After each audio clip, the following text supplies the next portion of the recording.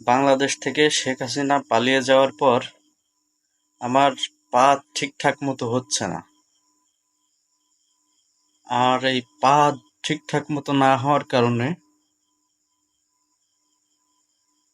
এই পা ঠিকঠাক মতো না হওয়ার প্রতিবাদে আমি আন্দোলন করতে চাই।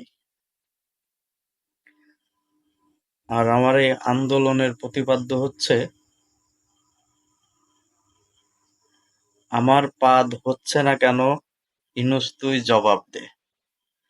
আমার পা হচ্ছে না কেন, ইনুস তুই জবাব দে। ভাই, যে কোনো জিনিসের একটা লিমিট থাকার দরকার আছে।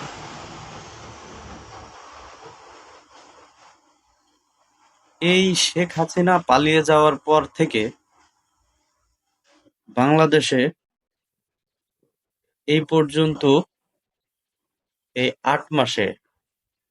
৮ মাসে আমি যে পরিমাণ আন্দোলন দেখলাম, তা আমার মনে হয় না যে ১৯৭১ সালের পরে, বাংলাদেশ স্বাধীন হওয়ার পর থেকে এই ২৫ সাল পর্যন্ত, ২৪ সাল পর্যন্ত, শেখ হাসিনা পালিয়ে যাওয়ার আগ পর্যন্ত এত আন্দোলন বাংলাদেশে হইছে।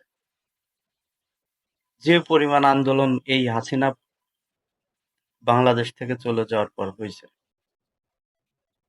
তা ভাই, আপনারা বাংলাদেশের মানুষ এত খচ্চর কেন বলেন তো?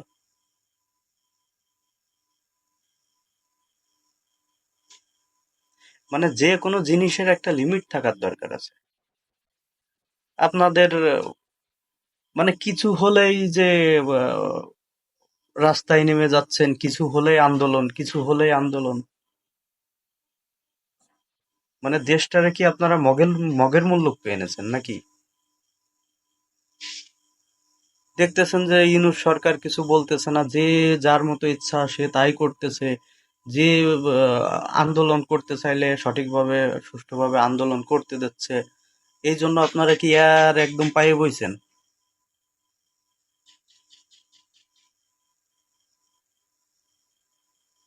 একদম মানে নরম পাইলে, ওই যে একটা কথা আছে না, যে নরম পাইলে কিছু বেয়ে বেয়ে ওঠে। বাংলাদেশের মানুষ এইরকম। এরা একটু মানে এদেরকে একটু ছাড় দিলে মনে হয় যে এরা মানে দুনিয়া ধরে এরা পেয়ে গেছে, এরা দুনিয়া ধরে কিনে ফেলছে। এদের সব আন্দোলন করে এরা সব উৎখাত করে ফেলবে।